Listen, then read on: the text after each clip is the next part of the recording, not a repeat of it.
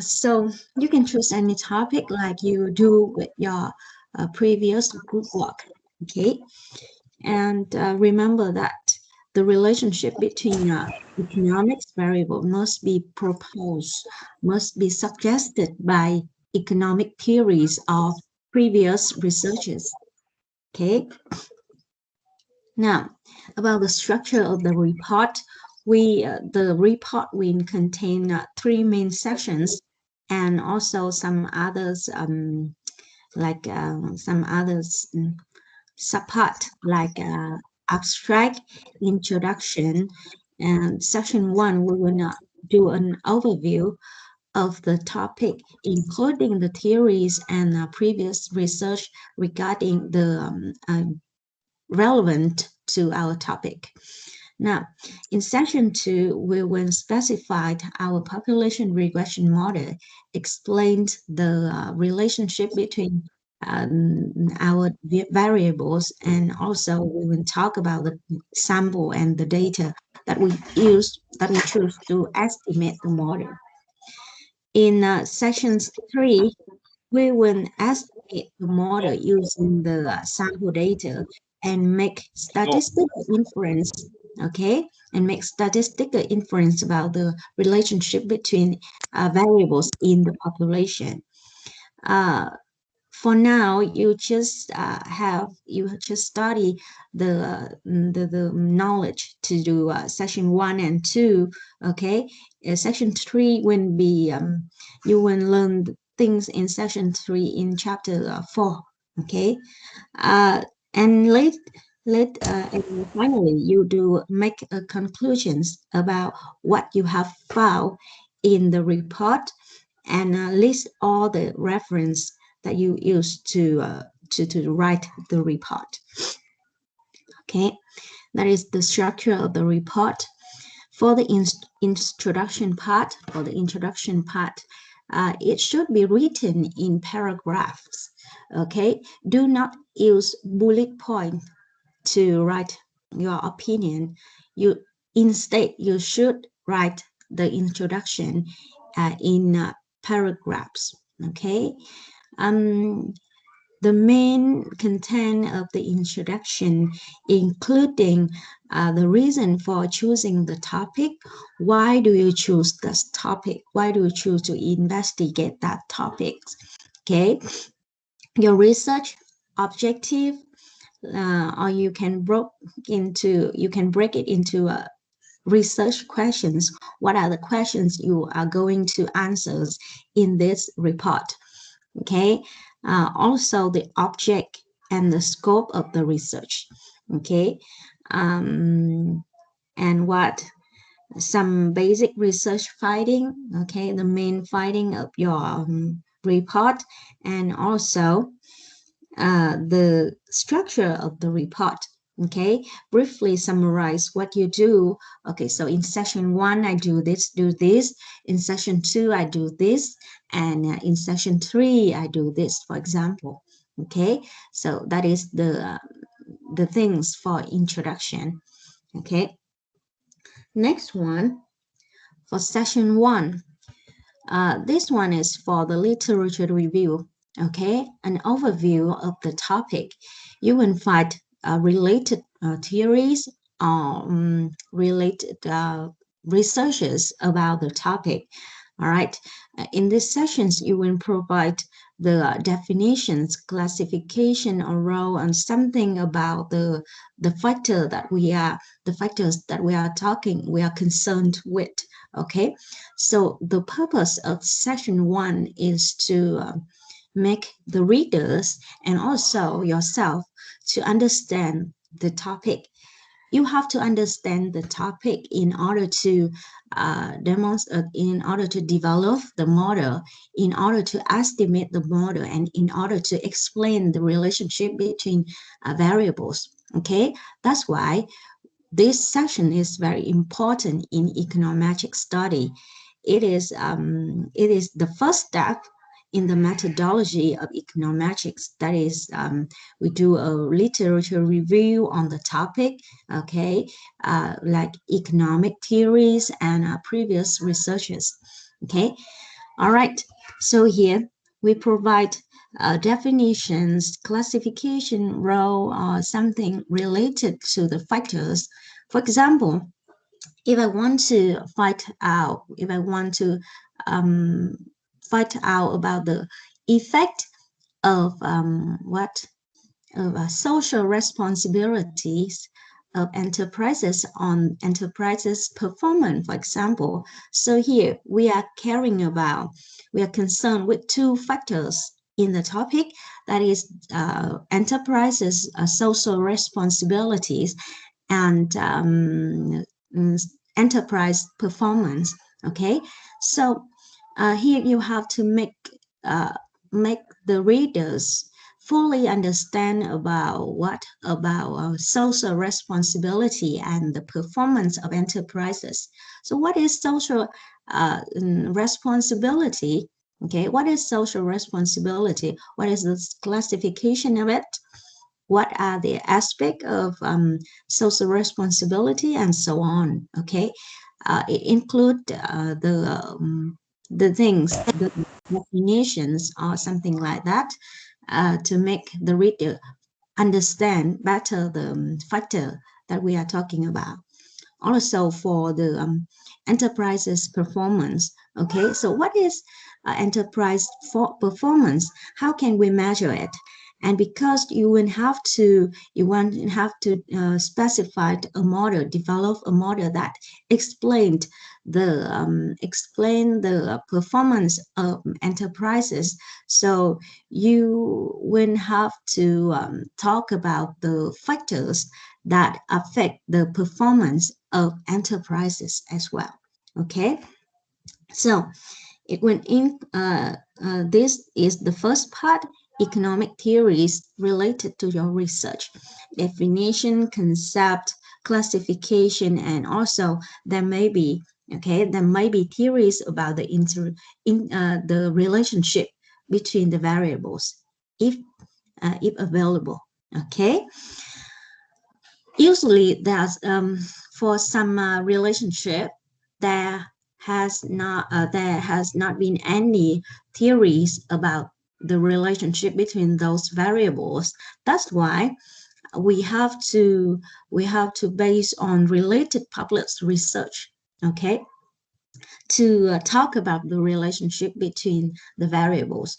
So here you will have to do literature review on previous researches regarding or related to the topic. What are they? Which methodology did this research utilize? Whether it is a quantitative research or qualitative research? What are the model? Okay, what are the model that have been used in previous researches? What are the factors that I are talking about? And what are the findings of the research? Okay, and also you need to based on previous researches and economic theories, okay, the theoretical framework about the topic, you can develop the research hypothesis. So research hypothesis here is your belief of the or your depth of the relationship between your concerned variables. For example, in my example, I want to investigate the relationship, the impact of social responsibility on enterprises' performance, for example. So from previous researches, from the findings of previous researches, I find out, I adapt that, okay, in Vietnam, I believe that in Vietnam, social responsibility will have a positive impact on the enterprise performance, for example. That is my research hypothesis. Okay, and then I will have to uh, find data. I will have to find data. I have to develop model to test the hypothesis. Okay, so hypothesis is my belief. Okay, is my belief in the belief what happened to the relationship between the variables. Okay, and remember that the research hypothesis must be based on scientific proof like theories or finding the results of previous researchers. Okay, you cannot just imagine and think of a relationship. You cannot imagine the relationship. You cannot develop your own theories about the relationship between variables. Uh, you have to base on economic theories or based on the results of previous researchers. Okay, that is the research hypothesis. All right, in section 2, as you have developed the research hypothesis, you will have to develop the model. You will have to specify the models to test the hypothesis. So for the section 2, the first thing we want to talk about the methodology. Okay, methodology here, you will mention the method that you use to derive the model. Okay, the method that you use to derive the model. For example, in this, for this report or this group work, we will use OLS estimation method and to estimate linear regression model, okay, and to evaluate the relationship or the impact of one factor on the other factors, okay, and also talk about how you collect the data and how you can analyze the data to understand the relationship between variables. All right, from theoretical model specification, this you are in this step you will specify the the population regression model. Okay, so for specify the model, you have to specify the variables that you use in the model. Okay, you have to specify the functional form of your model. All of this depends on previous researches and economic theories. Okay, the choice of variables and functional form of the model depends on previous researches and economic theories. Okay, and in this section, in this part, you need to explain the variables. What are they? Okay, what are the process that used to measure your variables and the unit of them? What is the dependent variables of the model? Okay, why do you choose that process to measure the dependent variables? Okay, and what are the independent variables? How do you denote it in the model and the meaning of those variables? What factor do these variables represent, for example?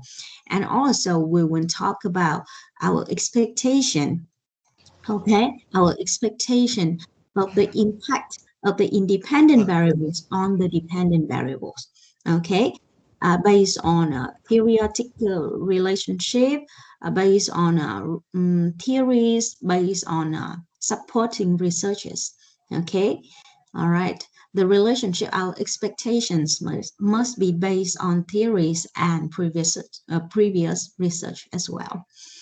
All right, and the next part, you will have to describe the sample data. Okay, the purpose of this part is to understand our sample. It is equivalent, is represent our population of interest. Does it have any characteristic that is different, that is special compared to the whole population, for example? So in order to do that, you have to uh, you have to provide a descriptive statistic of the variables in the sample data. Okay, each variables in the sample will tell us about the characteristic of the sample that we are using to estimate the model. Okay, for example, we want to investigate. We want to okay. return to the example of investigate the impact of social responsibility on enterprises' performance, for example.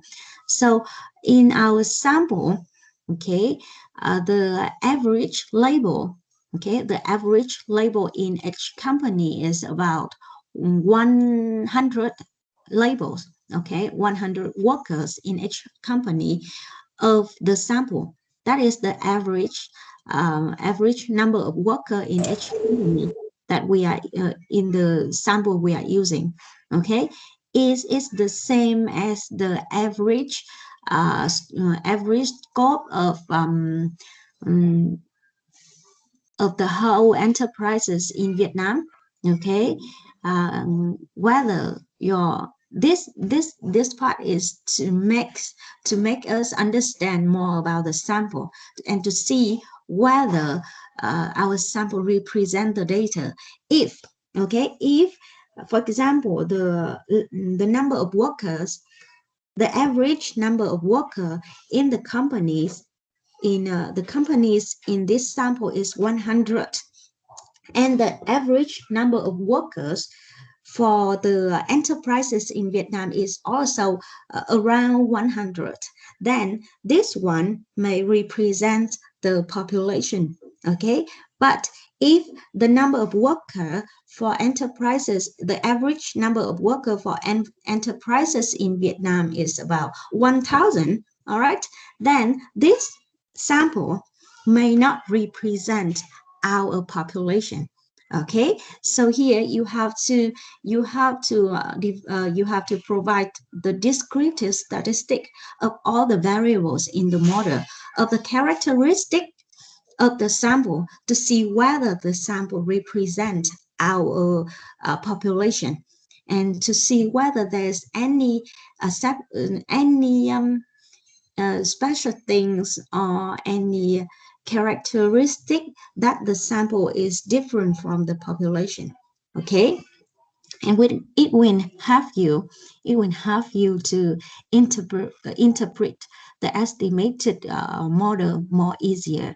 Okay, now also we have to provide the correlation matrix between variables, okay, to see whether there is a strong correlation between the dependent variables and the independent variables. Okay, also we want to see the correlation between the correlation between the independent variables as well. Okay, so last time when we talk about multiple regression model, we say that a high correlation among the regressors will cause our estimate to be not so reliable. Okay, so that's why we have to make the correlation matrix to see the correlation between the dependent variables and the independent variables, and also the correlation between the independent variable as well. Okay, that is section 2 about the model and the data that we use to estimate the model. In section 3, that is this will be related to what we will study in chapter 4. Okay, here you will have to estimate the model. Okay, you will have to provide the estimation result that you get from data, and you will have to write down the sample regression model. Okay, you have to write the sample regression model based on the estimation result provided by Stata.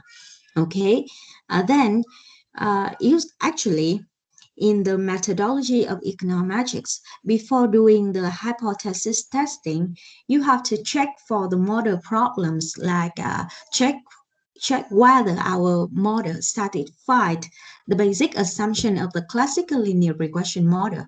Okay, but because in this course we haven't in this course we do not mention the violations of the classical linear regression model assumptions. That's why we will pass that step. Okay, we will pass over that step. We will not do the check. We will not check for whether the model will satisfy the assumption or not. Okay, we will move to the step that is hypothesis testing right away. Okay, but later when you study econometrics 2, you will have enough tool, you will have enough like you will have enough test to do the checking. Okay, but here in this course I will not ask you to check for the model's problems. Okay, after you have estimated the model, you will do the hypothesis testing. Okay, you will test your research hypothesis, the hypothesis that you have developed in section 1. Okay, and is the result is the estimated results consistent with the theories or with your belief about the relationship, with your expectation about the relationship between them. Okay, all right. And what is the model coefficient of determination? Is the model statistically fitted? Okay, this one you can answer after you study chapter 4. Are the coefficients statistically significant? Okay, explain the meaning of the estimated coefficient, and also you have to explain the mechanism. Okay, you have to do a discussion about the fault result. Okay, your finding. You can have to explain the mechanism of the fault relationship. Why this one has the positive in this one? Why when we increase the independent variables, the dependent variable will also increase? Why? Why do we have that? Okay, you have to explain the mechanism of the relationship. And finally, based on your finding, you can make some recommendation or suggestion to make the situation better. Okay, so that is the main things in section 3. And finally, you will make conclusion overall, the overall conclusions of your research. Okay, list the reference materials that you use to like you have to reference, you have to reference many materials in this study, in this report. Okay, for example, the definitions, the theories, previous researches, all of them are from reference materials. So please, at the end of your report, list all the reference material that you use for this report. Okay. Now, for the format of the report of the group work, you will have to follow the format for graduation dissertation of the Faculty of International Economics. So for the format, please go to this website, econ.ftu.edu.bn. Okay, this one. This is the okay. This is the website of our faculty. Okay. And you can go to here. Yeah, this is the dissertation, graduation dissertation, and you can see that we have introduction, we have instruction for the format. Okay, this one, the first one. Okay, the first link.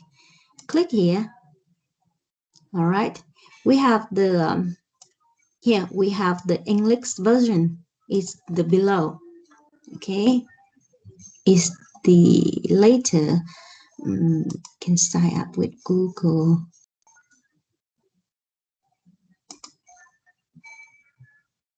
Oops, wait a minute.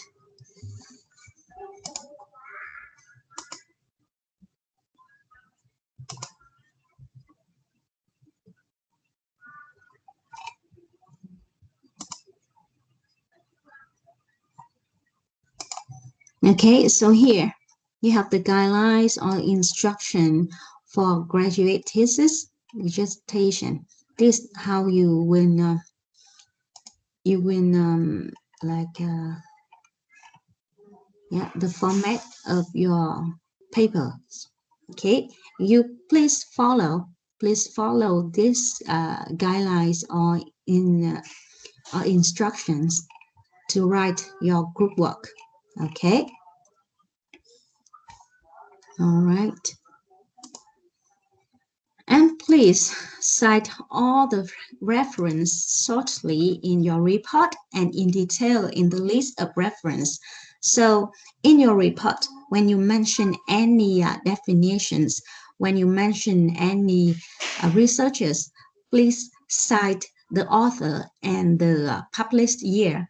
Okay, cite the authors and the published year in your report.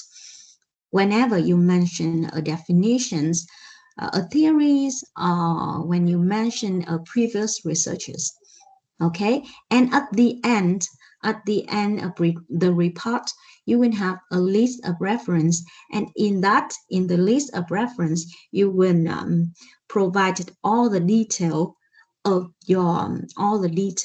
your reference, including author, including published year, and include the name of the paper, the publishers, and the pages, and so on. Yeah, and you will have the introduction. You will have the instruction about the list of reference here. Okay, reference in the thesis. Okay, yeah, here is the information that you have to use, that you have to provide for each type of reference material. For journal citation like this, for book citations, and for paper citations, website citation, and also anything else. Okay,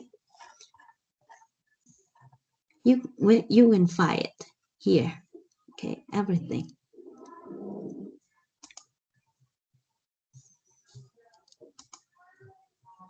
All right. For the individuals, um, individual assessment, okay, you will have your group assessment.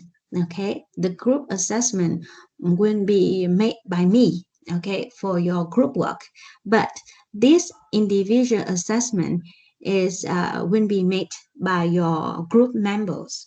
Okay, it will be graded based on each member attitudes towards the group work.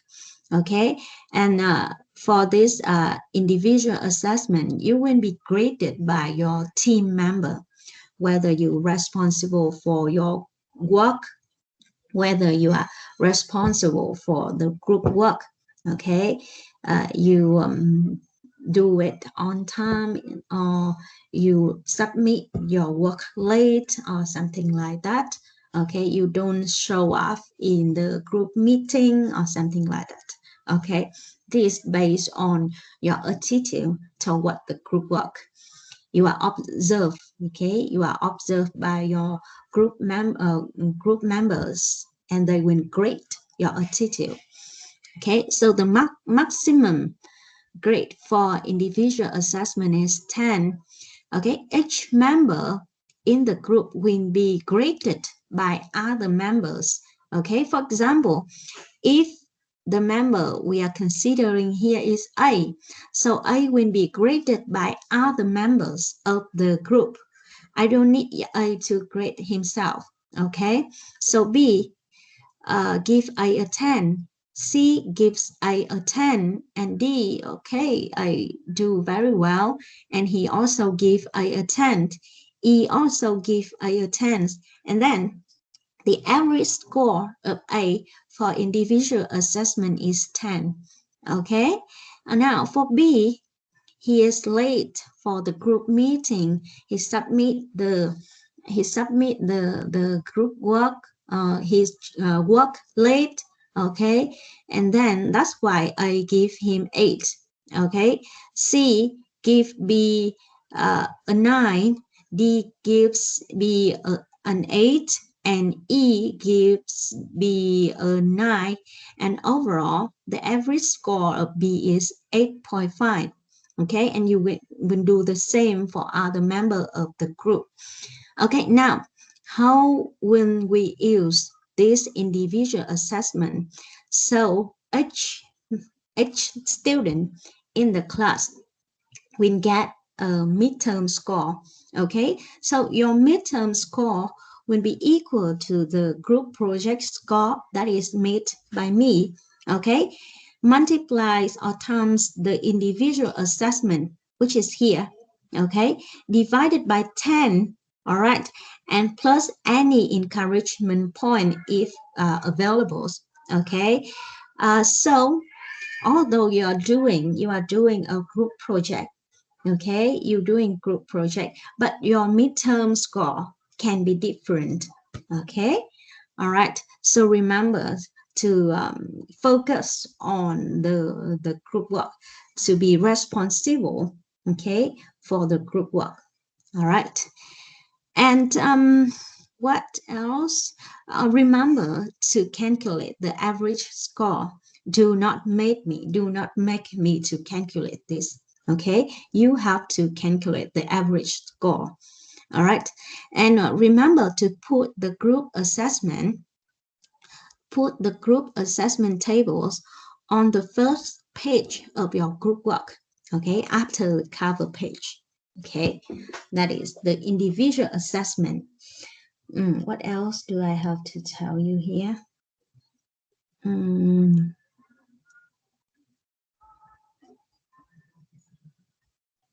Okay. Okay, I will talk if I remember it. All right, some note about your group work. The first one is please do not choose too obvious topic like the case, some example I have been talking about, like investigate the find out the impact, okay, the impact of consumption on GDP, impact of net export on GDP, the impact of something that is the component of the dependent variables on the dependent variables. So those topics are too obvious to investigate. Okay. Second, you can collect data from the websites that we mentioned in the first class. Okay, you can find the data, collect the data from the World Bank website, GSO, or annual surveys made by the GSO or the Custom of Vietnam. Okay, do not forget to explain. Okay, statistical relationship. Okay, do not forget this one. You have to remember. Do not forget to explain the statistical description and also the correlation matrix inwards. Okay, inwards, and analyze the statistic to see whether the sample represents the populations.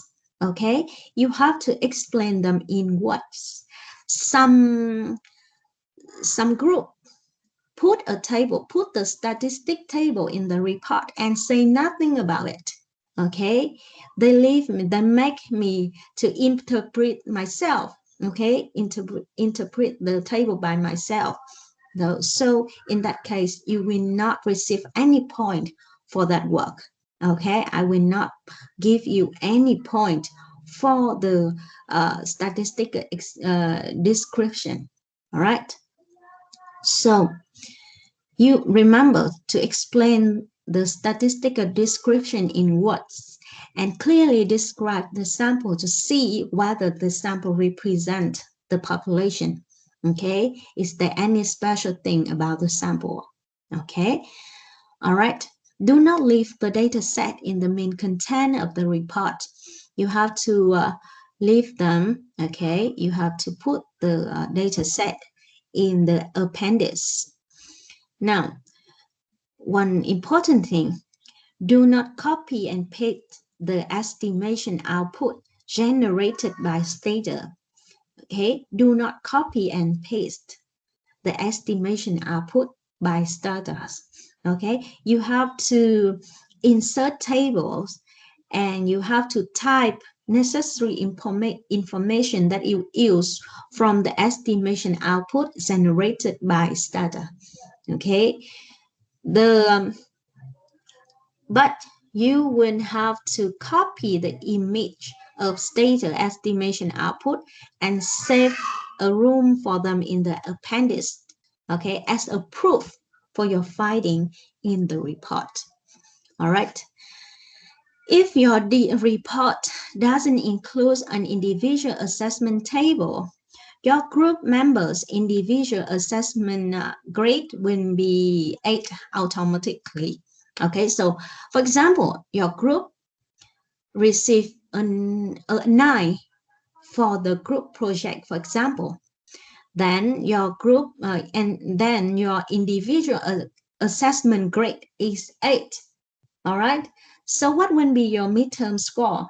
Your midterm score will be 9 times 8 and divided by 10, which means that you will get 7.2. Yeah, 7.2 for your midterm. Okay. So remember that the individual assessment is very important. Okay. And do the research by yourself. Okay. Do the research by yourself, not copy any from the previous researchers from the group work of previous cohort or something like that. Okay, do not copy anything. Just do the research by yourself. Okay. One thing I see that students usually copy a lot is the literature review. Do not copy anything. Okay, even for the theories or even for the literature review for previous researchers, you have to write on your own words. Okay, you read, you understand, and you write in your own words. Okay, do not copy anything. If I find out that your group is copying, okay, then I will give you a 0 for your midterm group work. Okay, that is some note about the group work and the grading scheme. So the grading scheme for this one, for the format, you will get 1 point if you do the right format. And remember that the format must be consistent from the first page to the final page. The overview of the topic, which means section 1, you will get 2 points for section 1, 1 for the definition and economic theories, and 1 for the literature review, previous researches. For the section 2, you get 0.5 points for correct specification of the model, the specification of the population regression model, 0.5. 0.5 point for explain the variables and the expectation about the relationship between variables. 0.5 for statistical description, and also 0.5 for correlation analysis. And remember that for statistical description and correlation analysis, you have to explain them in words. Okay, have to analyze the sample, okay, to see whether the sample represents the population. Otherwise, you will get 0 point for this one. Okay. For section 3, you will get 3 points. For the estimation result and sample regression model, you will get 1 point. Research hypothesis testing, 1 point. And explain the mechanisms of the relationship between variables is 1 point. For the list of reference, okay, detailed, okay, and you will get 1 point for the list of reference. For the data and do file is the command file of Stata. I will show you how to make it. It just actually it just include all the command you use Instadata to analyze your data. So for this one, data and do file, you will get 1 point for that. So that is the grading scheme. Overall, you will get 10 on totals for the group work. All right, any questions here?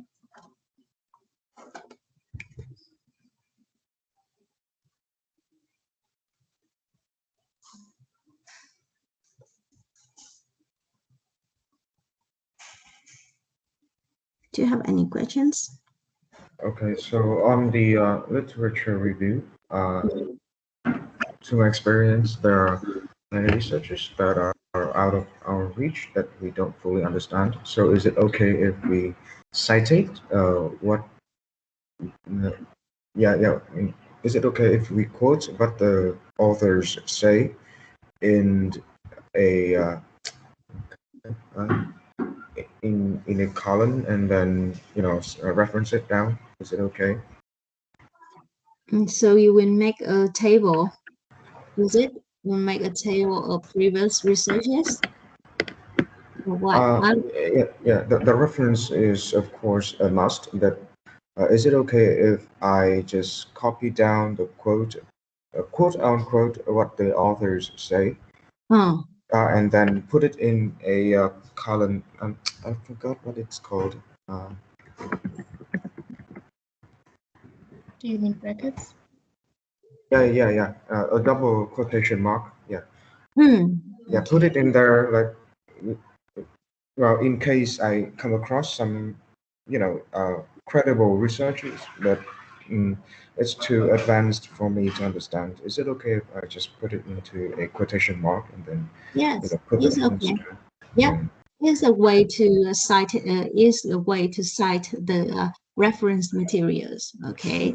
yeah. But I can. then in some institutes they forbid. I mean, they limit the amount of words in such quotations. So I just But I think it's ask. just easier when you put it in your own words and then just have it like an indirect quote, because when you put like the main statement of the quote and the research, but don't use it as a direct. Yeah, right. If you make it as a direct citation, then it's okay. But do not, I think that do not abuse that. Yeah. Thank you. Okay. What else?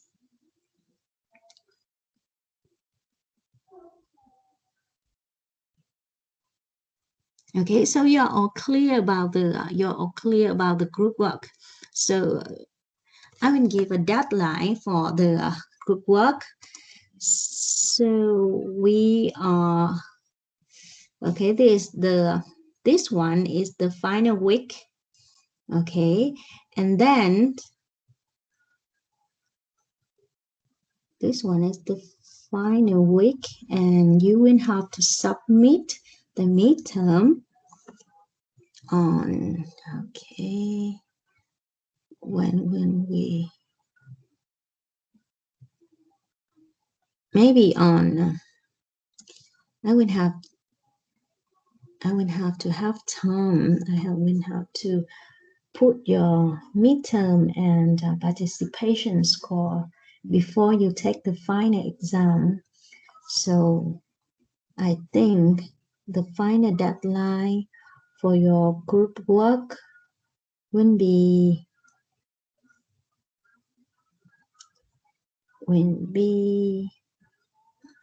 okay. So the 6th of October. Okay, the 6th of October will be the deadline for your group work. I will create a folder here.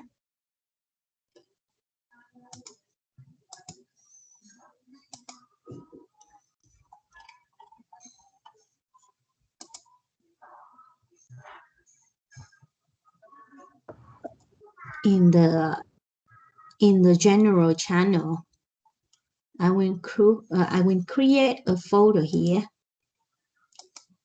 Okay, which name final group work, and the deadline is October the 6th. Okay, and for this one, you will go to here. Okay, you will go to here, create a folder for your group and name the folder as the name of your group. For example, group 1, group 2, group 3, and so on. And then you will post all the work of your group there, including the report and also the data and the do file. Okay, report, data, and do file are what you need to post here. Okay, for your group work. And after October the 6th, any adjustment will not be counted to your grade. Okay, the deadline is October the 6th. Remember that. Okay. All right.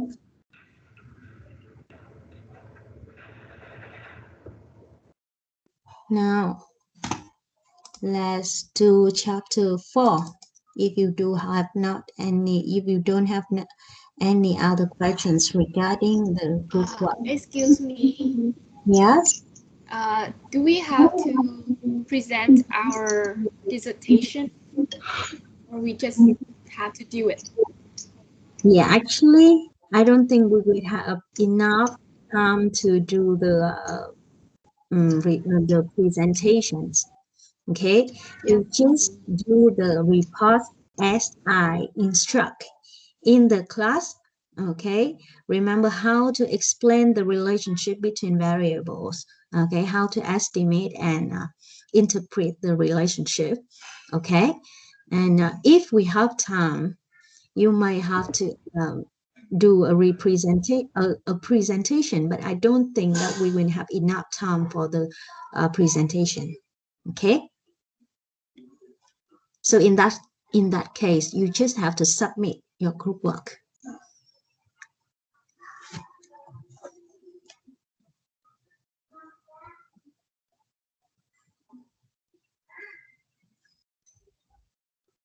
All right. So today we will discuss chapter 4 about hypothesis testing and prediction from estimation output. Yes, I forgot. Do we have a page limit for our work? Oh, okay. For the page limit, the group work. Okay, you should do the group work in about 15 to 20 pages. Okay, 15 to 20, around that 15 to 20 pages. It can be more, okay, but do not exceed 20 too much. Okay. What you mean without the appendix and the... Yeah, without the appendix and list of reference. The main content of the report is about 15 to 20 pages. Okay, thank you. Yeah.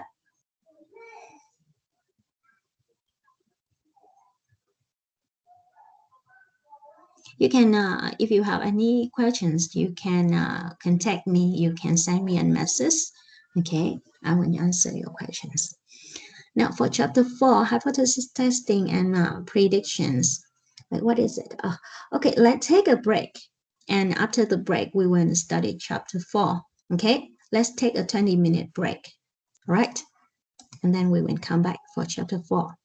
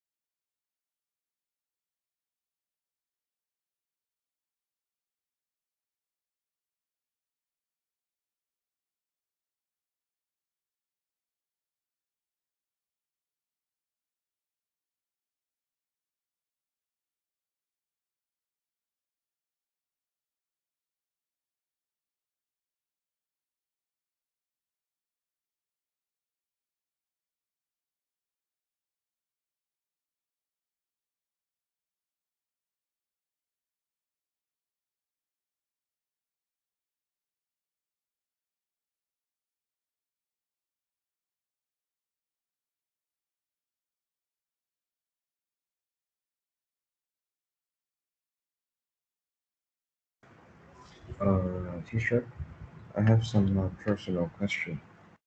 Yeah. Yeah. During my research, I have some problems adding more variables to the equation. But, I know there are many other variables that affect Mm-hmm. the consumption of Mm-hmm. a nation. But then the point is, I do not know whether that would be a regression model, or is it like some sort of other other kind of relationship. Uh, and It's kind of hard to look it up in order to identify it. So, do you have any kind of, you know, uh, do you have any tips to help identify such things? To find the variables that affect your dependent variables. Or a way to prove that such variables are uh, linearly related to to to to the dependent variable. Okay, so here the problem is to identify the independent variables and the relationship, the functional relationship between them. Is it? So you just so what is your topic? We investigate the effects of income and other factors on the consumption of Germany. Okay, so here you will investigate. Okay, you will. Your topic is about some factor that affect the consumptions of Germany, right? Yes, yes, indeed. Okay. So here you will have to find more about consumptions. So what is consumption and what are the factors that affect consumptions? So for the factors that affect consumption here, you can go to macroeconomics and to see what are the factors that affect consumption of the countries. Yeah. And also you will have to go to Google, for example, and search for a topic like factors that are affecting consumptions or something like that. Like some research about the topic to see their model to see the factor that they use to explain for consumption of a country, and then you will pick you can pick some independent variables for your own model. Okay, and now let's look what are the factors that you have the data for it. And that the final one will be the factors that mentioned by previous researchers, and you have the data for those factors. Mm, but here's the problem, because I do look it up. I do find many interesting theories. For Mm-hmm. example, Morgan, more I forgot his name. He lives at the same period as Keynes, and his theory kind of oppose Keynes in a way. Mm-hmm. So I'm considering whether to put it in, but there are other researchers that are inheriting Keynes. Mm-hmm. For example, I remember someone who investigate and created the life cycle hypothesis, but Yeah. then I cannot establish a formula in order to put it in a regression model. Like uh, I mean, I know the variables, I know some functions, but I can't put it into the model for some reason. Why? What is the reason? Uh, let's say the utility does affect consumption, right? Mm-hmm. So those hypotheses and theories are the factors that affect consumption in a way that it affects the utility of goods. Uh, it affects the attitudes of people towards a certain good. Therefore, it's like it affects the utility of people Mm-hmm. instead of directly affecting the income. So I do not know whether it's the Okay. linear, whether they are linearly related or they're, you know, Yeah. So, for example, you are talking about the attitude, right? Attitude. yes, Attitude may affect the consumption, right? But yeah, attitude is something that we cannot it is not easy to measure, right? yeah, Attitude is something is not easy to measure. Uh, that's why hardly quite hardly does the researchers do the researcher put attitude into the model, because we cannot quantify it to make it as a variables. Okay, so something like attitude when we live in the disturbance term UI. Okay, and what else do we have here about the relationship, the functional relationship between variables? If yes, in previous researchers they do not mention about the relationship whether it's linear or not. Okay, usually we will use a linear relationship between variables. Okay, uh, um, if unless okay unless the theories or previous research prove that there is a nonlinear relationship between variables, then you will construct nonlinear functional form. Okay, but if they do not talk anything about the functional form, whether linear or nonlinear, you will use a linear form of the relationship between variables.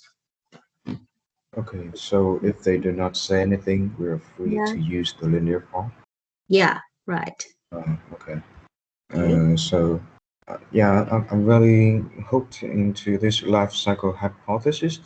Um, but then it does not actually measure the utility, but rather the relation between saving and consumption. But then I realized that, oh wait, saving plus, uh, yeah, saving plus, sorry, income minus saving equals consumption.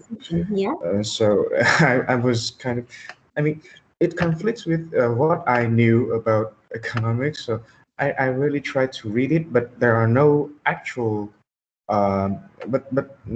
When I Google it, I cannot Mhm. find any sort of formula that shows the relationship between saving and spending. So, are there any tips for me to research such topics? Okay, so the relationship between consumption and saving, is it? Yeah. So if I Google, it just shows that income minus saving equals consumption, and that's it. And that doesn't say much, to be honest. Okay, so the relationship between consumption, as you see, saving and consumptions. Okay, saving is equal income minus consumptions. So given that, assume that other thing unchanged, like income unchanged, then higher consumption will result in lower income, lower saving, and or higher saving will result in lower consumption. That is a negative relationship. Yes, I can see, Okay. You can but make then it's inference uh, from the fact that consumption and saving, uh, the sum of consumption saving and saving is the income of an individuals or a country.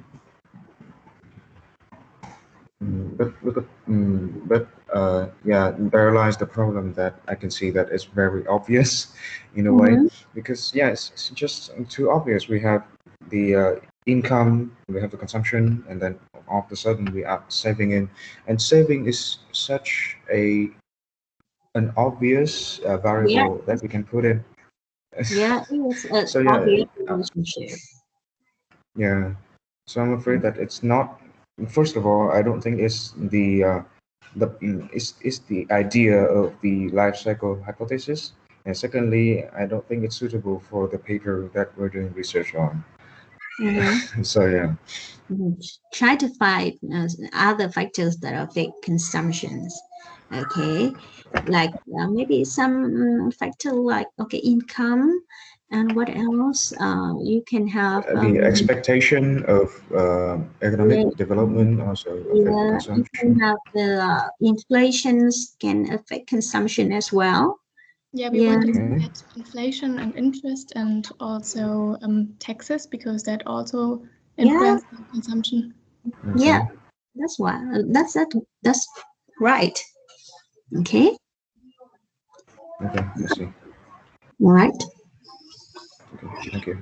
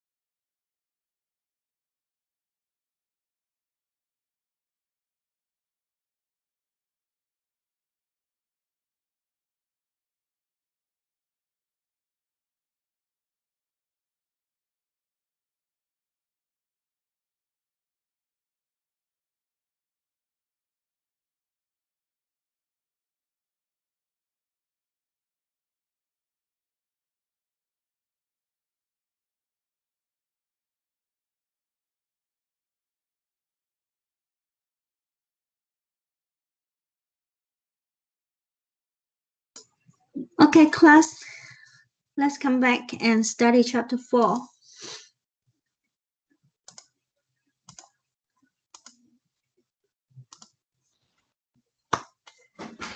All right, before studying chapter 4, let's review the methodology of econometrics to see where we are now. Okay. Yeah. Put a minute.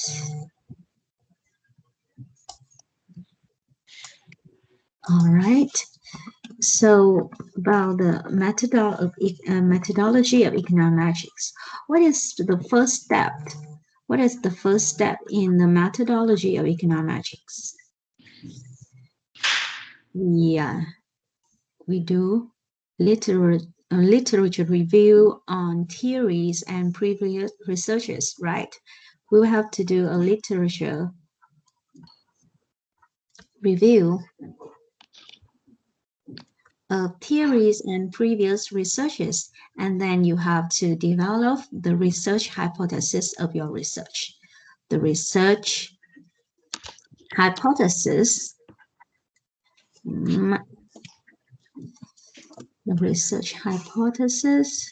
of your own research. Okay, this one have been made. This one has to be constructed based on theories and previous researches. And step 2, you have to specify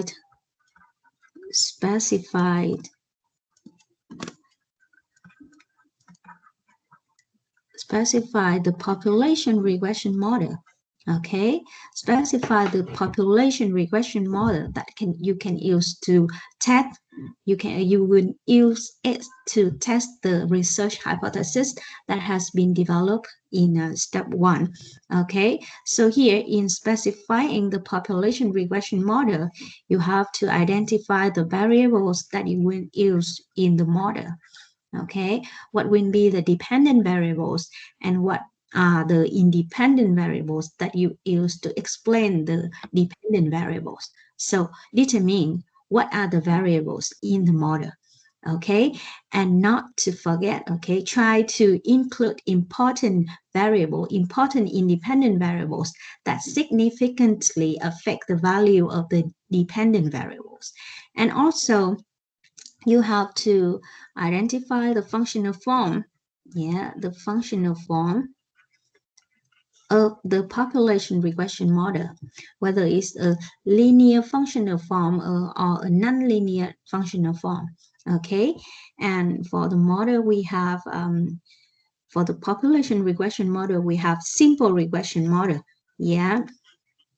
Simple regression model, but like rarely do we use the simple regression model in empirical research. Okay, this one is just the base to this one is just for to study the nature, the basics of regression analysis. All right, we have yi equal beta 0 plus beta 1 times xi and plus ui. Okay, we also have multiple regression model that we study in chapter 3. We have yi equal beta 0 plus beta 1 times x1i plus dot dot dot plus beta k times xki and plus ui. Okay, this is the multiple regression model, and we for the functional form you can have okay, linear. For the functional form you can have linear functional form. That is those model. Okay, these are the linear functional form, and also we have non-linear functional form like log model, semi-log model. We have a polynomial model, okay, like quadratic or cubic model. Okay, so that is the thing we study in chapter 2 and 3, okay, about the form, the specifications of the population regression model. Okay, this one, okay, the model will be used to test the research hypothesis. Okay, in step 2, that we develop the population regression model. And in step 3, okay, in step 3, we will have to find the sample data. Okay, we have to collect sample data. Collect sample data. Usually we can only collect sample data, not the population data. Okay. All right. And step 4, we have to estimate the model.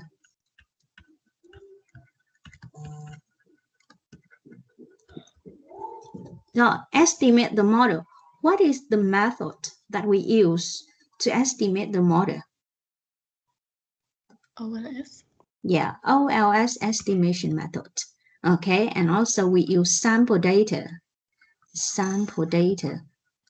that we collect in step 3. And what we get here will be the sample regression model. Okay, will be the corresponding sample regression model. And we say that our final purpose is not the sample regression model. We want to know the relationship between the variables in the whole population. That's why you have to use the sample regression model. And using statistical inference to make inference about the relationship between variables in the model, in the population.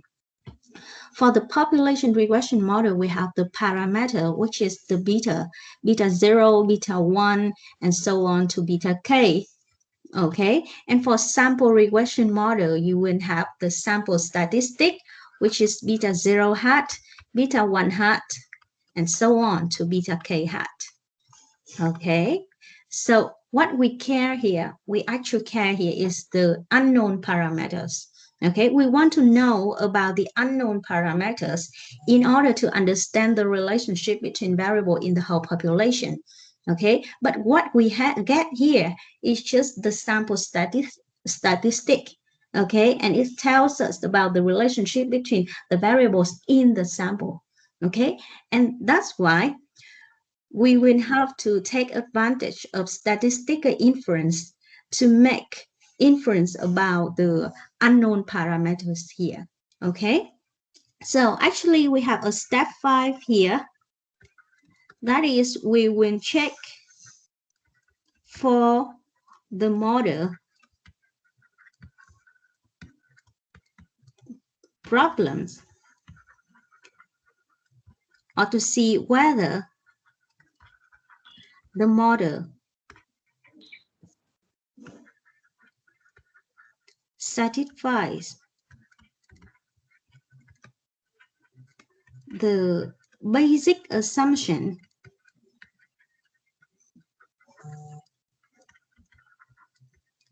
of the classical linear regression model.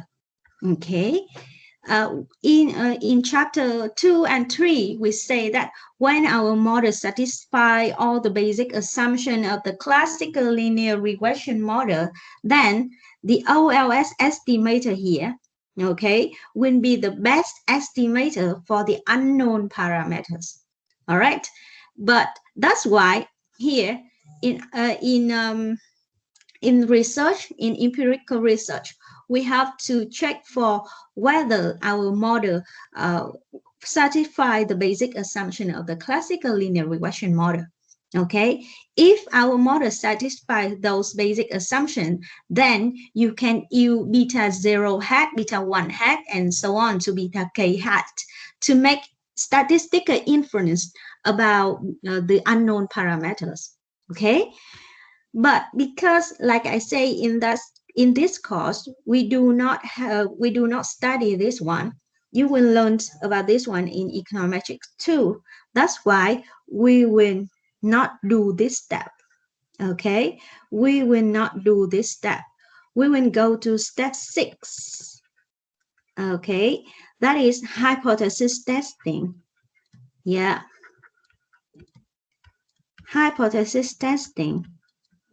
which means that we test the research hypothesis that we develop in step 1.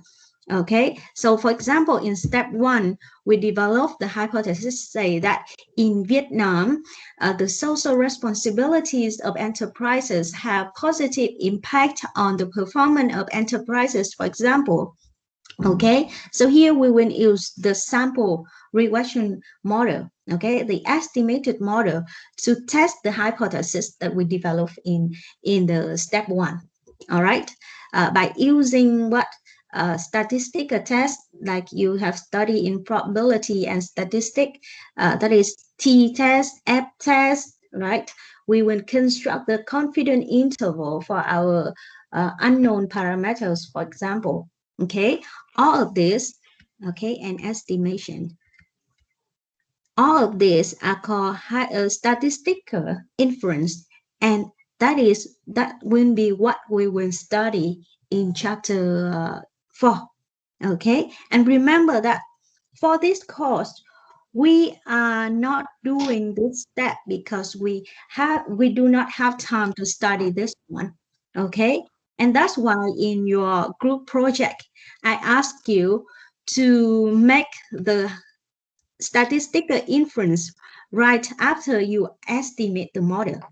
But later in Econometric 2, when you have studied the test to check for the model's problems, you will have to check for model problems first to make sure that there's no problem with your model. Then you can use the OLS estimators or the estimators to test for the unknown parameters. Okay, remember that. All right, so this one, step 6, hypothesis testing and estimations about the unknown parameters of the population regression model will be what we will study in chapter 4. All right, so let's start with chapter 4. Hypothesis testing and prediction. For the reading of this one, you will read chapter 4, 5, and 7 in the books. Okay. Now, firstly, we need to talk about the assumptions of the distribution of the disturbance UI. So in previous lectures, in chapter 4, 2, and 3, we have talked about the basic assumption of the classical linear regression model, and we talk and those assumptions are also about the disturbance UI. Okay, we have the disturbance UI has a zero mean value, and also it has a constant variance regardless of the value of the independent variables. Okay, and there's no correlation between the disturbance. Okay, that is the basic assumption of the classical linear regression model. All right, and also, yeah, we want to use the independent. We want to use the sample regression model to make inference to do hypothesis testing about the unknown parameter. And in order to do that, we have to have one more assumption about the disturbance UI. Okay, so remember that when our model, okay, when our model satisfied the basic assumption of the classical linear regression model, the OLS estimators will be the blue estimator, which means they are best linear unbiased estimators of the unknown parameters, right? We say that is linear estimators. They are unbiased, yeah, and they are efficient, yeah, estimator of the unknown parameters. Okay, we have discussed the characteristic of unbiasedness and efficiency already, and we still have one more, that is linear estimators. So about linear estimators, we say that our OLS estimators, the beta hat, is a linear function of the dependent variable yi. Okay, beta 0 or beta hat, okay, is a linear function, a linear functions of the dependent variable yi. Okay, we also know that yi is a function of beta 0 plus beta 1 times xi and plus ui. Okay, beta 0 and beta 1 are constant, although they are unknown, but they are constant. Okay, xi is fixed. Okay, xi is fixed. Then the distribution of yi here will be the same as the distribution of ui. Okay, because yi is equal this. So, and also these one are fixed, are constant. So that's why the distribution of yi here is the same as the distribution of ui. Okay, and beta z hat is a linear function of yi. So the distribution of beta z hat here will be the same as the distribution of ui. All right, the distribution of beta z hat is the same as the distribution of ui here.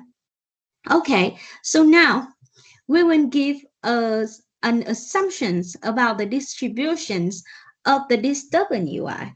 All right, we say that the disturbance ui follow a normal distribution with the expected value of 0 and the variance of sigma square. Okay, so as ui follow normal distribution, then the OLS estimator beta hat will also follow normal distribution. All right.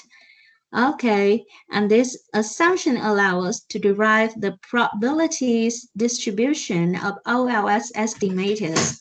And we say that the OLS estimator will have a normal distributions. Okay. Okay. Just wait a minute. Sorry.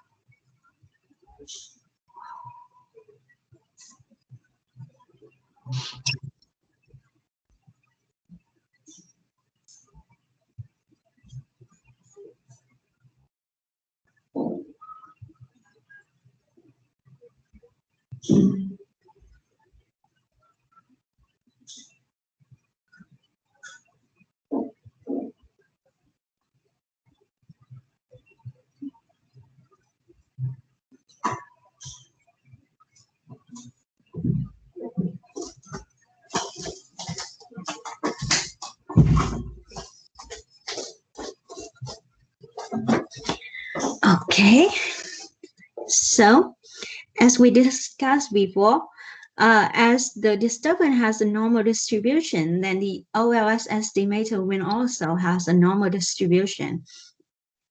Now, according to the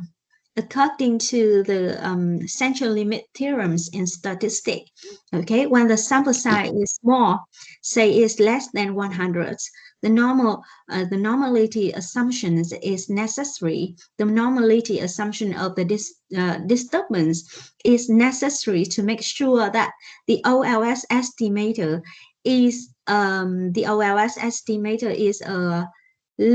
is also a normal distribution. Okay, but when the sample size is reasonably large, say it may be larger than 100 or 120 observations, okay, then the assumption may be relaxed, which means that we will not care about the distribution of UI anymore. As long as the number of observations is large, we have many observations here, then the distribution of the OLS estimator will still be a normal distribution. Okay, so these assumptions is very important when we have a small sample size. All right. Now, the properties of OLS estimators under the normality assumptions. So we know that it is if our model satisfies the basic assumption, including zero mean value of UI, constant variance of UI, and no correlation among the UIs, then our OLS estimator will be unbiased, okay, and has the minimum value among the class of linear estimators. Okay, now when we have the normality assumptions, the OLS estimators will still be unbiased, and it has minimum variance among the entire class of unbiased estimators, not the only linear unbiased estimators, not only the class of linear unbiased estimators, but the entire class of unbiased estimators. Okay, and also it has consistency. Okay, the OLS estimators are consistent, which means that when we increase the sample size, the point estimate, the OLS estimators, will be close to the actual value. Okay, will be close to the actual value of the unknown parameters. All right, that is some properties of the OLS estimator under the normality assumption. Also, we have the distributions of the OLS estimator beta z hat. Now, as we have discussed before, because the WI has the normal distribution, then the OLS estimator will also has a normal distribution. And as we say that, it is unbiased estimator. That's why the mean value of beta z hat is the true value of beta z, okay? And the variance of beta z hat is here, the variance of beta z hat. We say that beta z hat follow a normal distribution with the expected value of beta z and the variance of beta z hat. Okay, remember that here is the variance of beta z hat because beta z hat is a variables. Okay, beta z hat is the variables, not the variance of beta z. Beta z is a constant and the variance of beta z is 0. All right. Also, we have a t that is calculated by beta z hat minus beta z divided by the standard error of beta z hat. This one will follow a t distribution, a t student distribution with the degree of freedom of n minus k minus 1, where n is the sample size and k is the number of independent variables in the model. Now, if you read the book has a different notation for the model. The book has the constant that is beta 1 hat, okay? But here I use the constant as beta 0 hat, okay? So that's why k in the book is the number of parameters, but k in my slide is the number of independent variables in the model. So remember to see the difference between k in my slide and k in the textbook. All right. Okay, and also we have the distributions of regarding the estimators sigma square hat of the variance of the DWI. We have n minus k minus 1 times the ratio between the sigma square hat and the sigma square. This one will follow a chi-square distribution with the degree of freedom is n minus k minus 1. All right. So that is the properties of OLS estimators under the normality assumptions. Okay, the most important thing is number 4 and number 5 here. We have the normality, the normal distribution of the OLS estimators and a t distribution of this this small t, this observed t. Okay. Now, why do we have a t distribution here? Okay, just wait a minute. I will check for my. Wait a minute and try to answer my questions. Why do we have a t distribution here?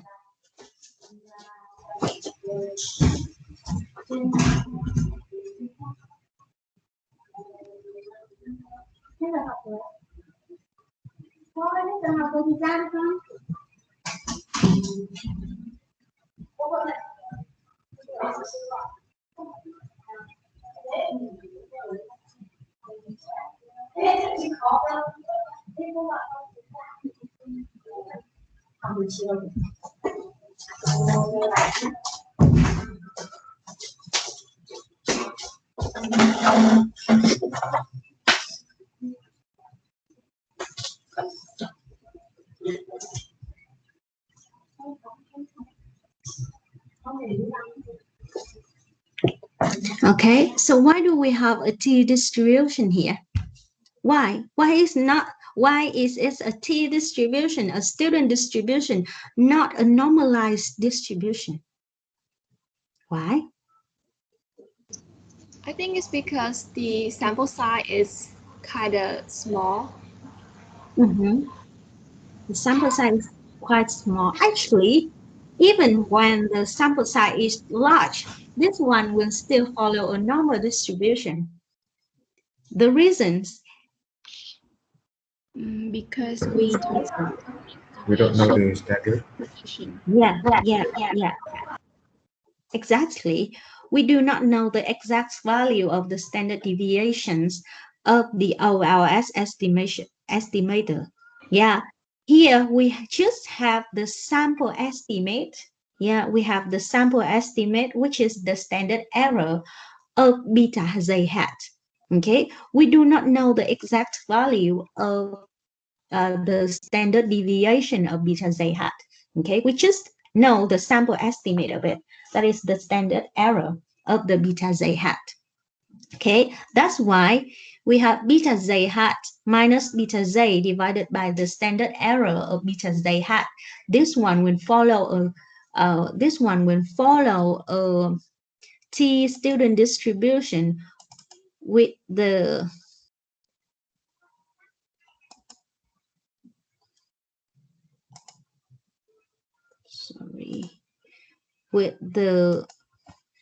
degree of freedom of n minus k minus 1. Yeah. I make a correction here. I will post this one again on team. Okay. So remember that t here follow a t distribution. Now look at the probability distribution of beta z hat and t. This one is the normal distribution of beta z hat. Okay. This one is the normal distribution of beta z hat with this one, the mean value is beta z, okay, and the variance is the variance of beta z hat. Now, because t is calculated as beta z hat minus beta z divided by the standard deviation of beta z hat, that's why for each observed value of beta z hat here, okay, you will have a corresponding t value, okay, in this distribution. For each observed value of beta z hat, you will have a corresponding t value, okay, in this distribution, okay? And here are the observed value of t corresponding to the observed value of beta z hat, okay? And those t will follow a t distribution, this t distribution with the expected value of 0, okay? And the standard and the variance of k divided by k minus 2. Yeah. So this one is the normal. The distribution of beta z hat is a normal distribution, and the distribution of t is a student distribution. Okay. All right. Wait a minute. I forgot to.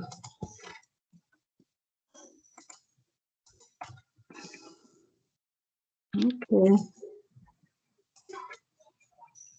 This one must be n minus k minus 1. Now, firstly, we want to do an interval estimation. So why do we have to do an interval estimation?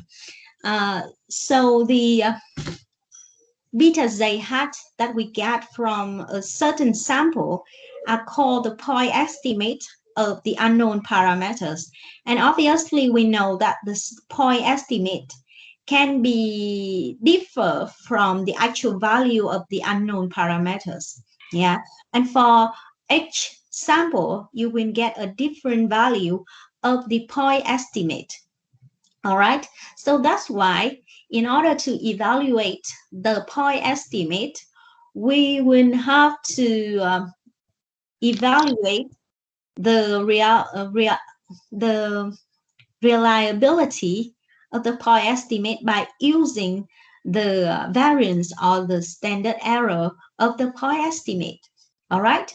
And so instead of relying on just the point estimate, we can construct an interval around the point estimate, say 1 or 2 standard error on either side of the point estimate. Okay. And that interval will tell us how close the point estimate is to the how close the point estimate is to the actual value of the unknown parameters. Okay, a large confidence interval indicate that the point estimate is far from the actual value of the unknown parameters, and a small interval, okay, a small interval around the point estimate will indicate that the point estimate is quite close to the actual value of the unknown parameters. All right, so here we will try to find out how to construct an interval estimation for the unknown parameter beta z, okay, in the population regression model. So we have beta z is the unknown parameters, and beta z hat is the point estimate of beta z, okay? And we know that the point estimate beta z hat is random and is different from the true parameters. It has different value for different sample. Okay, and that's why we need to construct the interval estimation. Is another way to evaluate the point estimators, because the interval is constructed based on the point estimate and also the standard error of the point estimate.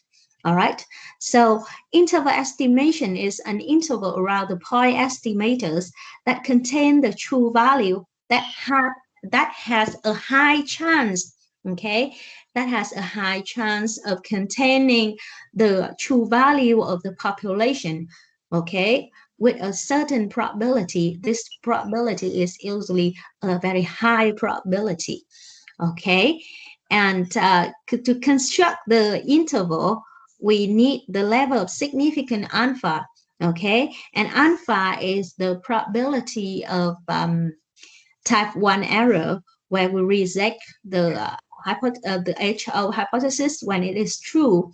Okay, so we can say that the level of significance may be the chance of making a mistake. Okay, that's why the level of significance is usually a small number. The level of significance is usually 1%, 5%, or 10% at most. Okay, and the level of confidence 1 minus alpha, okay, is a high number. Okay, is the level of confidence that we have on the interval estimation, for example. Okay, so it will be a high number, maybe 99% or 95% or 90%.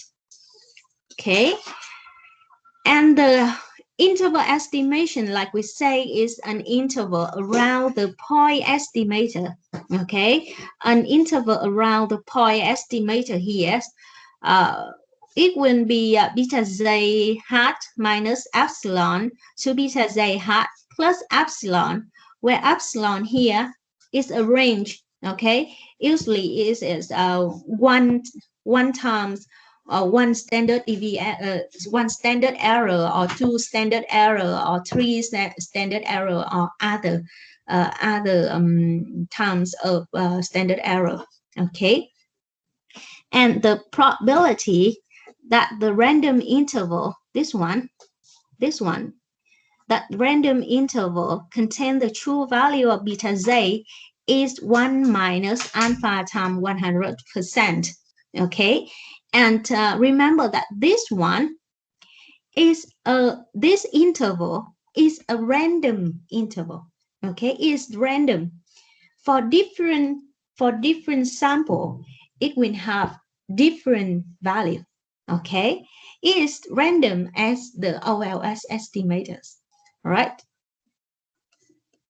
Now, because we can see that the distribution, the normal distribution of beta z hat is equivalent to the t distribution of t. Okay, because we calculate t in this way. So the distribution, the normal distribution of beta z hat is the same, is equivalent to the t student distribution of t.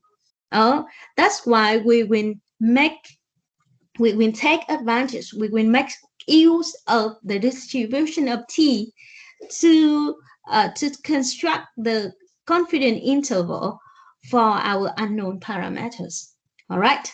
Now, okay. Yeah. Here are the confidence interval for t, for the observed value of t. We have the probabilities that we can see on t, that is that fall into the range from minus t alpha divided by 2 to t alpha divided by 2. That probability is 1 minus alpha. So we call this range from t alpha minus t alpha divided by 2 to t alpha divided by 2. This one is the confidence interval. Okay, with the level of confidence is 1 minus alpha for the observed value of t. Okay, this one is a two-sided. This one is a two-sided confidence interval. And also we have one-sided confidence interval, that is the left. This one is the left-sided confidence interval and the right-sided confidence interval. And the probability is that the observed value of t fall into those interval will be 1 minus alpha. Then we call those interval the 1 minus alpha confidence interval for the observed value of t. It can be a two-sided confidence interval. It can also be a one-sided confidence interval like this. So now, based on the confidence interval for t, we can construct the confidence interval for the observed for the beta hat, beta z. Okay. Now here we have t alpha and t alpha divided by 2 are called the critical value of t. Okay, and we have discussed before the critical t already. So we can find the value of critical t by looking at the t distribution table in the books.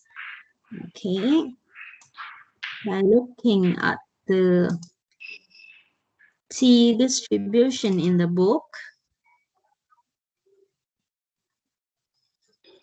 Okay. Statistical table.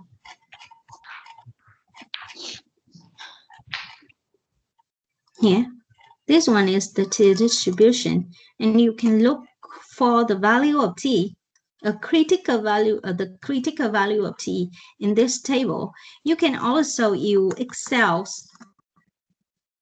to find the critical value of t.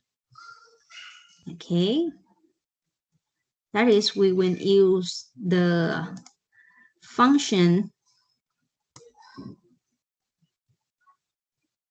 Okay, we will use the function that t dot I and v dot 2t yeah, for two-sided critical value. Okay, for the critical value of two-sided confidence interval or two-sided testing, then in the parentheses we will provide the information, the parameter, which is the probability, the level of significance. For example, 0.05, the level of significance, and the degree of freedoms of the t distribution. Maybe it can be 45. Okay, and enter. We will have t alpha divided by 2 here. Okay, with the level of significance of 5%. And what about t alpha? Okay, for t alpha, we will use the function t dot ivn. Okay, and this one will return the left-tailed inverse of t distribution. That's why it will be a negative number, but our critical value is a positive number. That's why you can when you get the value, you can leave out the negative side. For example, the t alpha of 5% and the degree of freedom is 45, for example. Then we have this one. That is minus t alpha divided by 2. So minus t alpha. So our t alpha here will be 1.679. Okay, that is t alpha. And this one is t alpha divided by 2. Okay, that is the way we can find the value of critical t. All right. Yeah.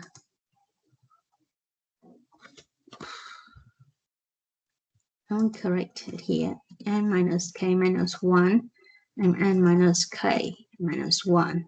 All right. Okay, next. Now we want to construct the confidence interval for the regression coefficient beta z based on the point estimate, that is beta z hat. Now, our point estimate here, we want to construct the confidence interval for beta z. Okay, these are our unknown parameters. Okay, and we have the point estimate of it, that is beta z hat. This one is the point estimate. Okay, and we have SE of beta z hat, which is the standard error, yeah, of the point estimate. Point estimator. Okay, of the point estimator. All right, so when we construct the confidence interval for this one, remember that we construct the confidence interval for this one based on the point estimate and the standard error of the point estimators.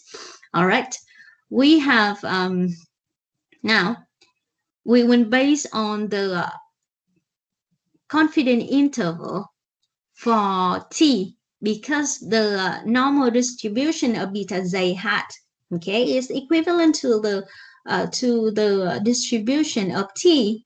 So we will use the distribution of t to construct the confidence interval for beta z hat, for the observed value of beta z hat.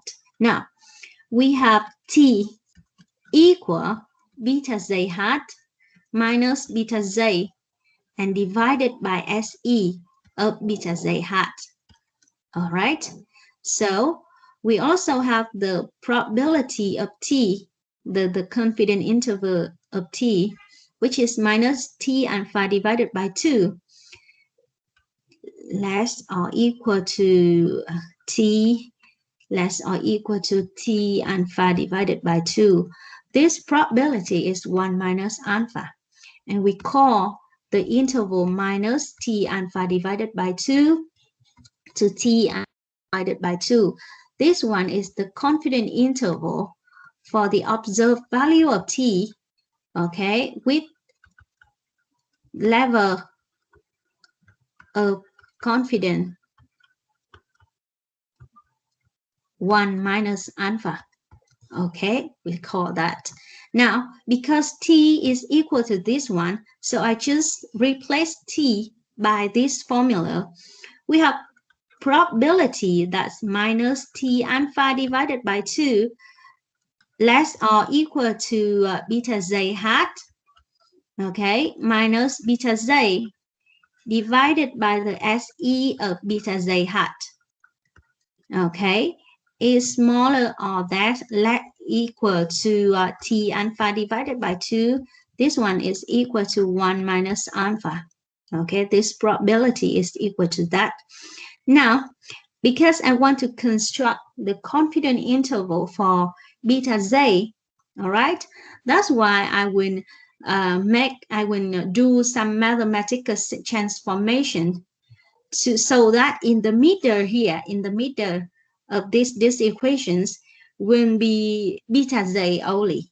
Okay, so we have here p, the probability that t alpha divided by 2 times SE of beta z hat minus beta z hat, okay, less or equal minus beta z, okay, less or equal to t alpha divided by 2 times SE of beta z hat and minus beta z hat. Okay, this probability is equal to 1 minus alpha. Okay, but I want beta z here, so I will multiply minus 1 to each side of these equations. Okay, and because multiplied by a negative number, then this one will be changed. Okay, we have p probability that plus t alpha divided by 2 times SE of beta z hat, okay, plus beta z hat, okay, greater or equal beta z greater or equal, this one is beta z hat minus t alpha divided by 2 times SE of beta z hat. Okay, and this probability is 1 minus alpha. So here we can say that we have to construct the confidence interval for beta z, that is the interval from beta z hat, okay, minus alpha divided by 2 times SE of beta z hat, okay, to beta z hat, plus t alpha divided by 2 times SE of beta z hat.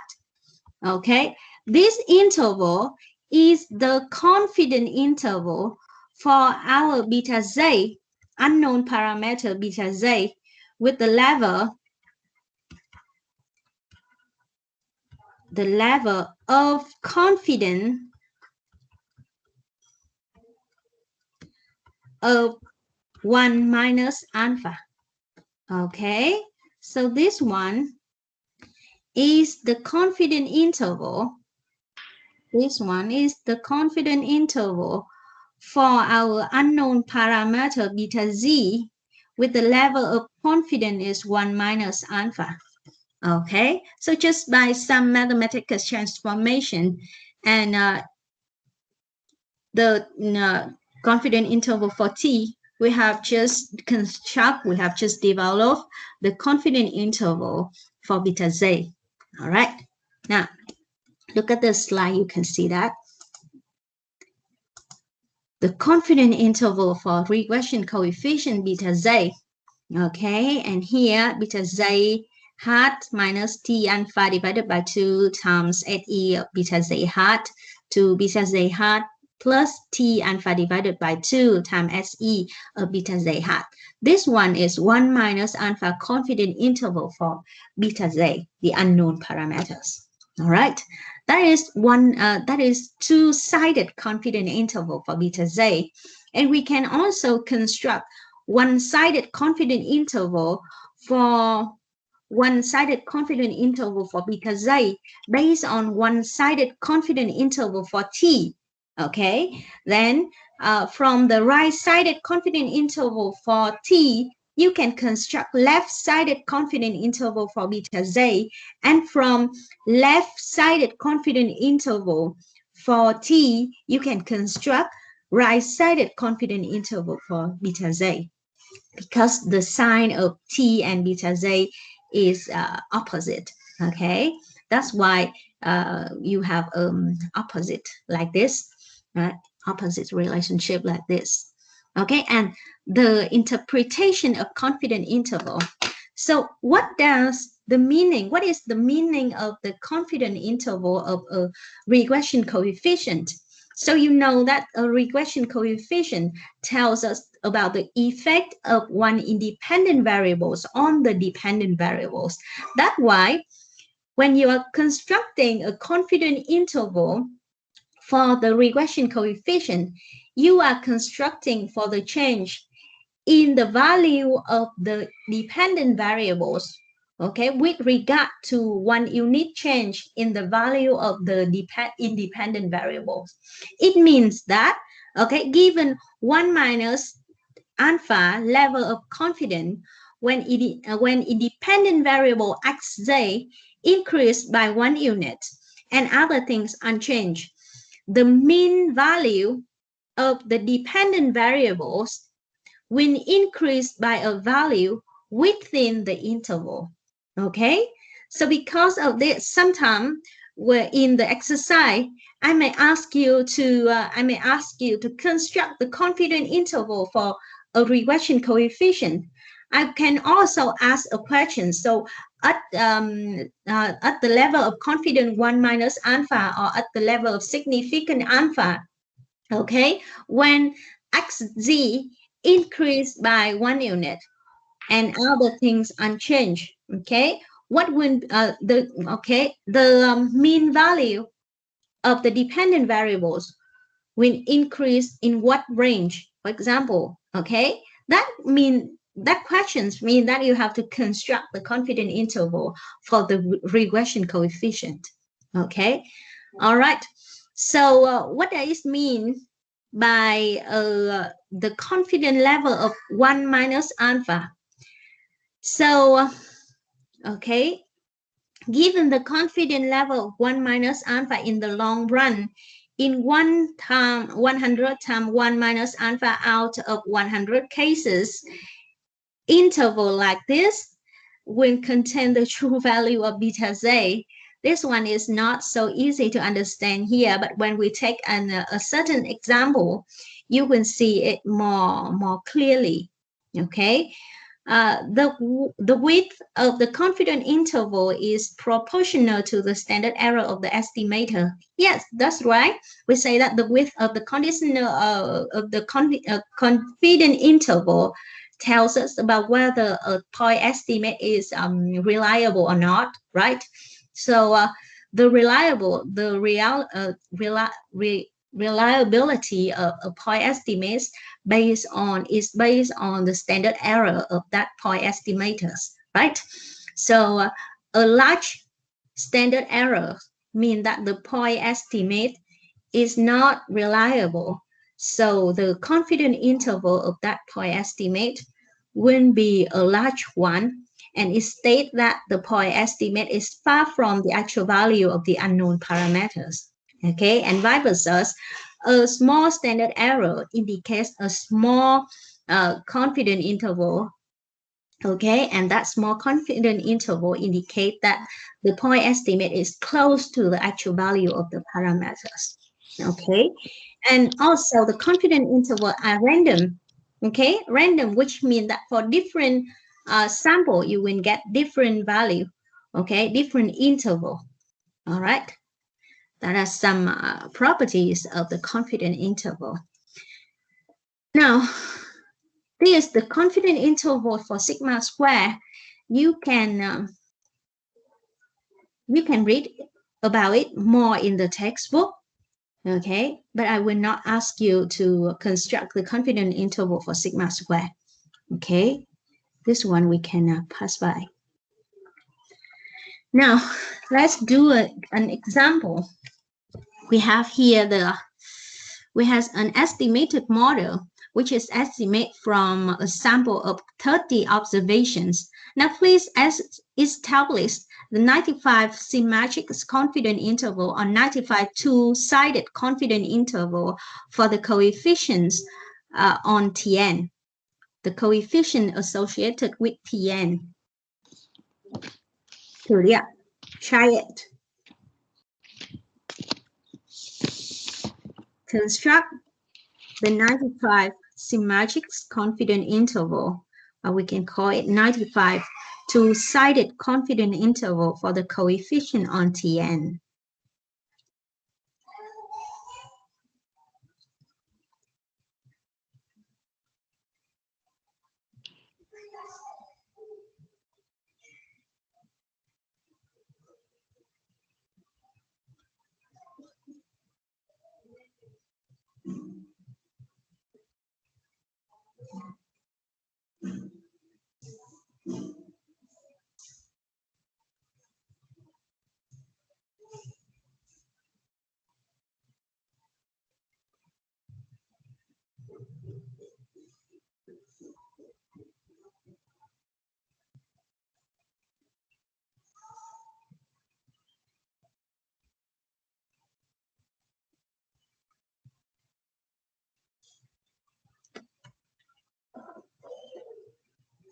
You already have the formula. You already have the formula for the confidence interval. You have the sample statistic here. You just have to plug in the number and get the estimate of the confidence interval.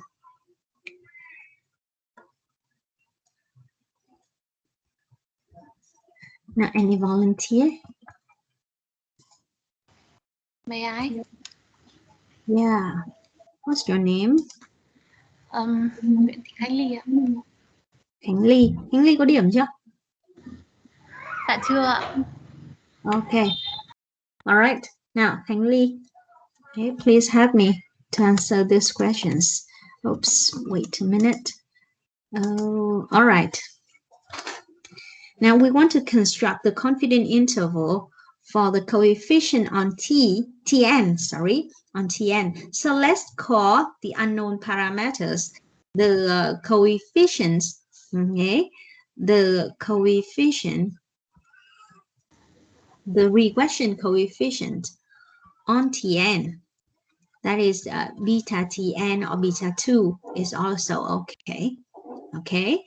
So beta Tn, all right, we okay, or we call it beta 1 for short.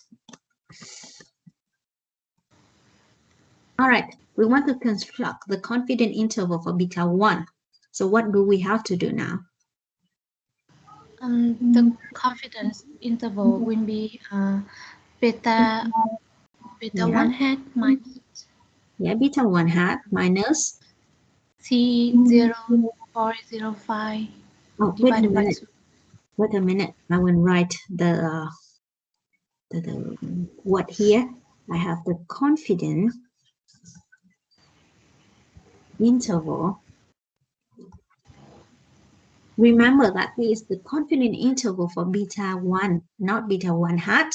Okay, beta 1 will be beta 1 hat minus C 0.05 divided by 2.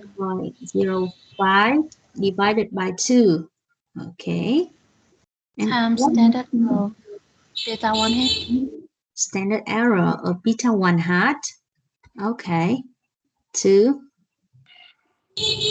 Beta 1 hat. Yeah. Plus T 0.5.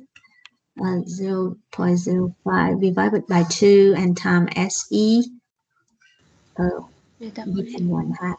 Yeah, this is the confidence interval for beta 1. Now, in this example, what is the value of beta 1 hat? What is it? What is the value of beta 1 hat? Yeah. 0.794. Yeah, 0 we have beta 1 hat in this example is 0.796, is it? And 4. Yeah. 94. Okay. And what is SE of beta 1 hat? What is it? Here So I forget the we have number. SE, standard error in the second round. 0.016. Yep. 0.016. Okay. Now, what is the value of critical T? We have T 0.05 divided by 2. And what is the degree of freedom of this T distribution? Is equal to 30 minus 2 minus 1. Yeah. And minus K minus 1. Okay, which is 27. Yeah. And what is the value of it? 2.0518. 518. Okay, 2.052. All right. Okay. Yes. Now just plug in the number into the formula. We will have the sample estimate. Okay, of the confidence interval. We will have the sample estimate for the confidence interval for beta 1. What is it?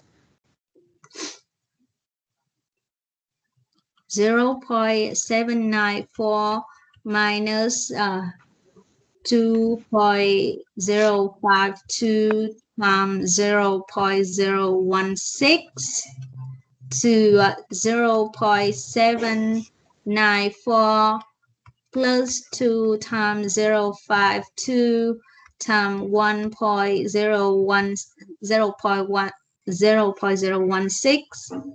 Okay, and this one is equal to what? 0.7611. 0.7611 and 0.826. 0.8268. All right, this one is the confidence interval for beta 1.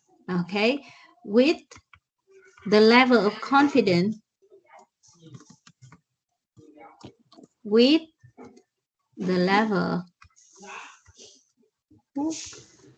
of confidence. 95%. Yeah, 95%. Okay, 95, 95%. Okay, all right. This one will be the confidence interval for beta 1 with the level of 95. Level of confidence 95% or the level of significant 5%, 0.76 to 0.8268. Okay. Okay. Thank you, Khánh Ly. Sorry. Thank you. All right. So how can we understand this 95 confidence interval? Anyone who can tell me what is the meaning of 95 confidence level of confidence 95%? What is it? There's a 95% chance that the true value will fall into that range. Which range? A range of 0.76 to 0.83. I just round up the numbers. Yeah, I know. It doesn't matter. Okay, but here you are misunderstand the term the confidence interval of 95%. You are misunderstanding. Now, let's say beta 1, is it a constant or a random number? Beta 1. It's random. Beta 1, the unknown parameter, is a random sorry, number. it's constant. Sorry. Yeah, it is a constant. Now, this confidence interval, 0.76 to 0.83, okay, is a constant. It is a constant interval or a random interval. This interval, a certain interval or a random interval. It's a random. Random interval. Is it 0.6 and 0.76 and 0.82? That interval is a certain one or a random one. Nào, khoảng từ 0,76 đến 0,82 là một cái khoảng xác định hay là một cái khoảng ngẫu nhiên ạ? Certain. Yes, certain. Certain, xác định đúng không ạ? Yeah, so what is the probability that beta 1 is in that certain interval? Is there any probability? A certain number and a certain interval. The problem that whether that certain number is in the certain interval. Is there any probability here? Yeah, I think it's my wording. I mean, we're 95% confident that B1 will belong to that range. Okay, so there's no probability. Okay, now, many people think as you are thinking. Okay, many people interpret that. But please remember that, okay, the 95% confident interval here is the 95% confident interval for these estimators. For this one, not for this one. This one is just the point estimate of this one, okay? And this one is the confident interval we are talking about. So because this confident interval, this one is a random one. For each sample, we will get a different value for this confident interval. So if you take many samples from the population, you can construct, you can create, you will have many different confident interval based generated by this one, okay, and among those confident interval generated by this one, at least 95% of those confident interval will contain the true value of our beta 1 hat. Of beta 1. Yeah. It doesn't mean that this one has a 95% chance of containing the true value of beta 1. It doesn't mean that. Okay. So as we can take many samples from the population, we can have many confident interval from this one, and 95% of that confident interval generated by this formula will contain the true value of our unknown parameters. All right, that is the meaning of the confident interval. This one is the confident interval with the level of confidence of 95%. Okay. Any questions? Any questions here? Okay, do you get it? If you do not have any questions, okay, we will end the lecture here. Okay, next time we will continue with hypothesis testing. At home, please try to construct the one-sided confidence interval. Okay, construct the one-sided confidence interval for the coefficient in the coefficient on Tn, also for the coefficient on Ts, and also for the intercept. Okay, you can construct the confidence interval for our regression here, our regression coefficient here, or the intercept, okay, based on the sample statistic. All right. All right. So see you next next Wednesday, next week. Okay. Have a nice weekend. Bye bye.